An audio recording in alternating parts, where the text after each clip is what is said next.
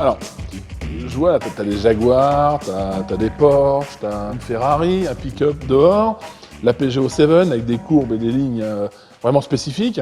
Tu peux me présenter un peu cette auto de l'extérieur, s'il te plaît? Bah écoute, c'est très simple, hein. C'est avant tout une voiture de place. C'est un moteur central, donc ce qui lui permet d'avoir une très bonne stabilité. C'est un 2 litres 140 chevaux. C'est une voiture qui est posée par terre. Elle a un châssis de voiture de sport. En plus, elle est chaussée en 17 pouces, en 205/47, donc ce qui lui permet d'avoir une tenue de route assez sympa, autant sur la conduite gentille que la conduite sportive. Arrière ovale, double sortie d'échappement. Puis pour les amoureux des vraies voitures, des voitures anciennes ou des vraies voitures de sport, un moteur arrière en position centrale.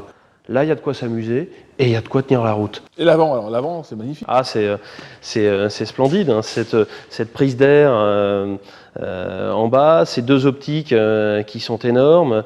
C'est un bouclier plat. On a l'impression qu'elle a envie d'avaler le bitume, cette voiture. Je vois PGO devant. Oui. Dis-moi, c'est un constructeur ou c'est un fabricant de répliques? Alors, c'était un fabricant Je devrais, mais là, je te... qui était deux passionnés, et donc les initiales, c'est Prévost, Gilles et Olivier. Alors, on regarde l'intérieur? Allez.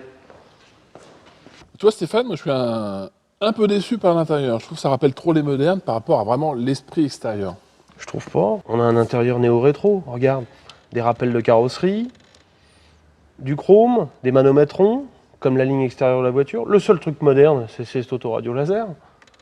Sinon, ça rappelle l'ancien, mais avec le côté fonctionnement moderne, on va dire.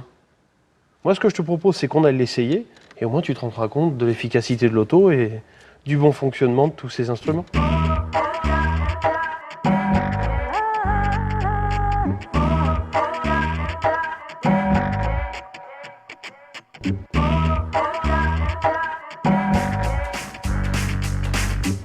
Alors, on va prendre la ceinture. Déjà, ce qui est surprenant, elle est où la ceinture? Jean-Claude, elle est là, la ceinture dans une PGO? Super. C'est une voiture différente? Eh oui.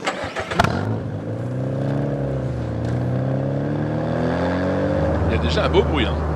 Ah, il y a un échappement sport, tout inox. Combien de rapports a-t-elle? Alors, elle a 6 rapports puisqu'elle a une marche arrière, mais c'est une boîte 5. Alors, comme motorisation, c'est quoi? Alors, c'est le 2 litres 16 soupapes qui développe 140 chevaux. Donc, on peut la trouver également en boîte auto 4 vitesses.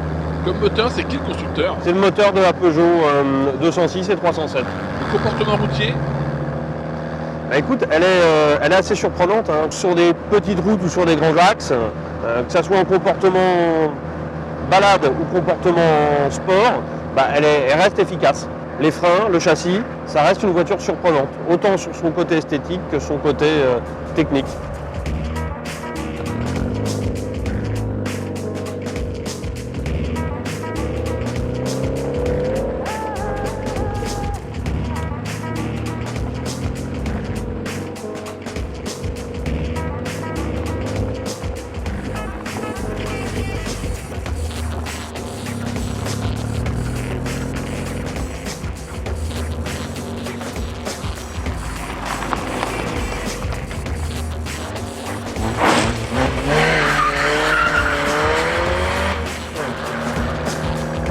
Pour vraiment les amoureux de mécanique, il est indispensable d'y mettre l'option échappement sport.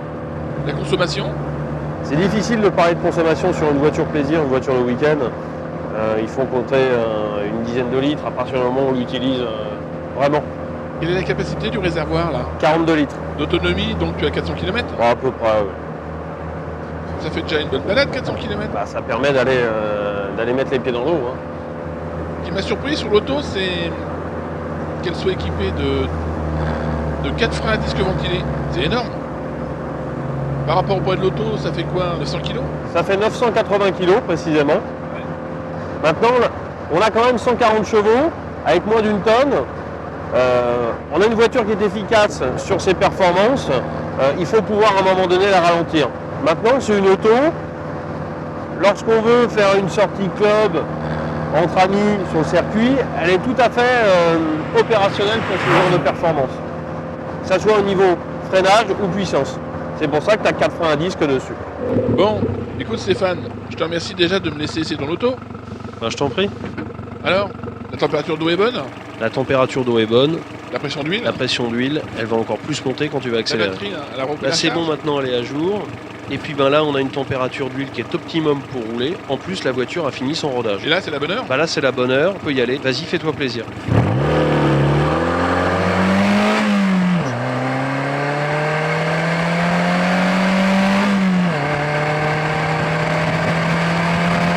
Là, la boîte est bien étalonnée. Ah oui, oui, la boîte 5 est bien choisie sur cette mécanique. La direction est vraiment souple. Ah bah on est sur une prise directe. Je sentais avec 4 disques. Hein. Ah bah oui, ça freine.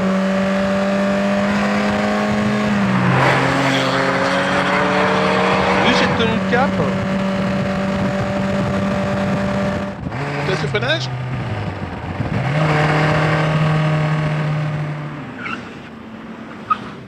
Tout bloque là. Hein. tout bloque. Bah oui, tu sais, tu peux la conduire aussi doucement.